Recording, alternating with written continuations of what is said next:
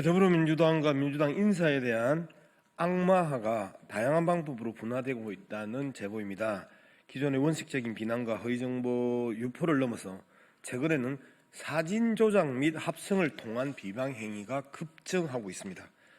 구체적으로 민주당 의원이 조선민주주의인민공화국 상대 무조건 소송 금지 특례 법안이나 조선민주주의인민공화국의 원수가 남조선의 대통령이 되는 개정 법률안이 적힌 서류 봉투를 들고 있는 것처럼 조작된 이미지가 생성 유포되고 있는 사례가 확인되었습니다.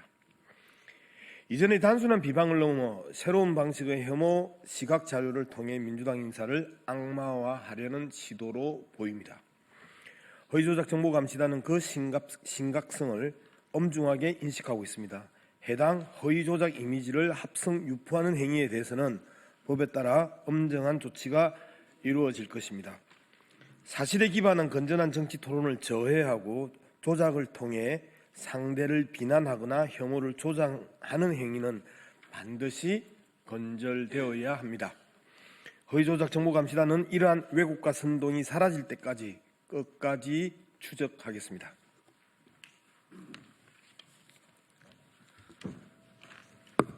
네, 다음으로 주요 대응 현황 보고 드리겠습니다.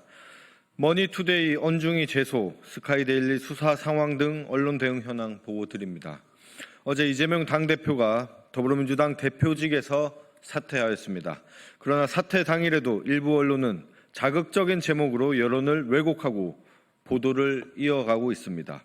4월 9일자 머니투데이는 한덕수의 법적 조치하라는 이 대표의 마지막 특명이었다고 보도했습니다. 그러나 해당 발언은 대표직을 내려놓으며 밝힌 여러 당부 중 하나였을 뿐 특정한 마지막 지시는 전혀 아니었습니다. 이는 사실관계를 왜곡한 전형적인 보도입니다.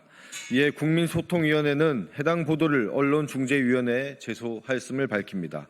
한편 지난 1월 21일 스카이데일리는 선관위 중국인 99명 체포라는 얼토당토하는 허위 기사로 허위사실을 유포하며 부정선거로 단정하고 내란을 조장하는 내용을 보도하였습니다.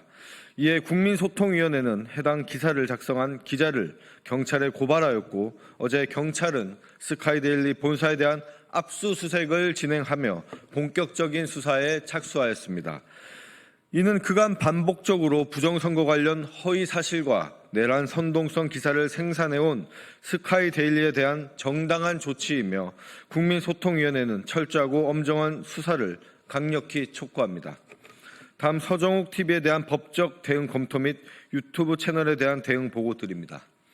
서정욱 씨는 자신의 유튜브 채널 서정욱 TV에서 지난 4월 6일 정영식 재판관의 아들의 약점을 민주당이 잡고 있었고 그로 인해 윤 대통령 탄핵 심판에서 찬성으로 입장을 바꿨다는 근거 없는 허위 주장을 방송하였습니다.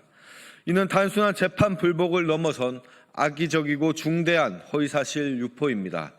이에 유튜브 신고는 물론 법적 대응을 강력히 검토 중이며 아울러 서정욱 씨가 고정 출연 중인 TV 방송 프로그램에도 강력히 항의할 예정입니다. 또한 유사 채널 관련 유튜브 이용 약관은 다른 계정을 만들어 제재나 해지를 회피하는 행위를 명백한 위반으로 규정하고 있으며 정지된 계정 소유자가 동일한 콘텐츠로 새로운 계정을 개설하는 것 또한 금지하고 있습니다. 그러나 안정권 씨의 연서랑TV, 전광훈 씨의 전광훈TV, 황진무 씨의 선구자 방송을 포함하여 다스릴 윤 채널은 모두 해당 조항을 위반한 유사 채널로 확인되어 구글 측의 약관 위반으로 신고하였습니다. 마지막으로 스레드 등 SNS 대응 보고입니다.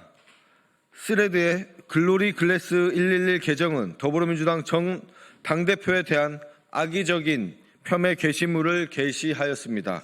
이에 국민소통위원회는 메타 측과 협조하여 해당 게시물의 삭제를 완료하였습니다. 앞으로도 국민소통위원회는 메타, 틱톡 등 주요 플랫폼과 긴밀히 협력하여 SNS상에 유포되는 허위조작 게시물 및 선거 방해 행위에 대해 강력히 대응해 나가겠습니다. 네, 국민의힘 거짓말 시리즈 84번째입니다.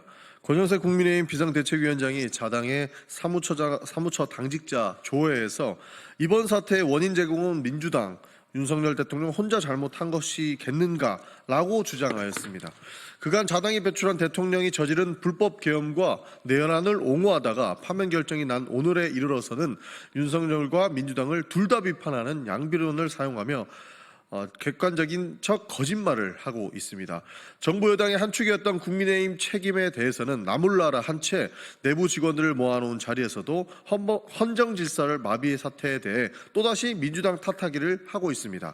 대선 일정이 가까워질수록 국민의힘이 민주당 탓하기는 점점 심해지는 동시에 그 방법도 다양하고 정교해지고 있습니다. 책임 있는 정당이라면 이제 탓하기는 멈추고 미래에 대한 이야기를 하시기를 바랍니다.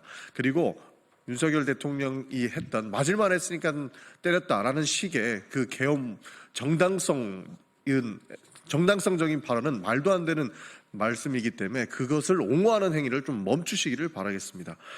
국민의힘 대선 주자 거짓말 시리즈 네 번째입니다. 김문수 전 고용노동부 장관이 4월 9일 대선 출마 선언 기자회견을 진행하였습니다. 선언문을 통해 김 전 장관은 거짓과 가만히살로 대한민국을 혼란과 파멸로 몰고 갈 이재명의 민주당, 돈 문제로 검찰에 불려갈 일 없는 깨끗한 손 김문수라고 주장하였습니다.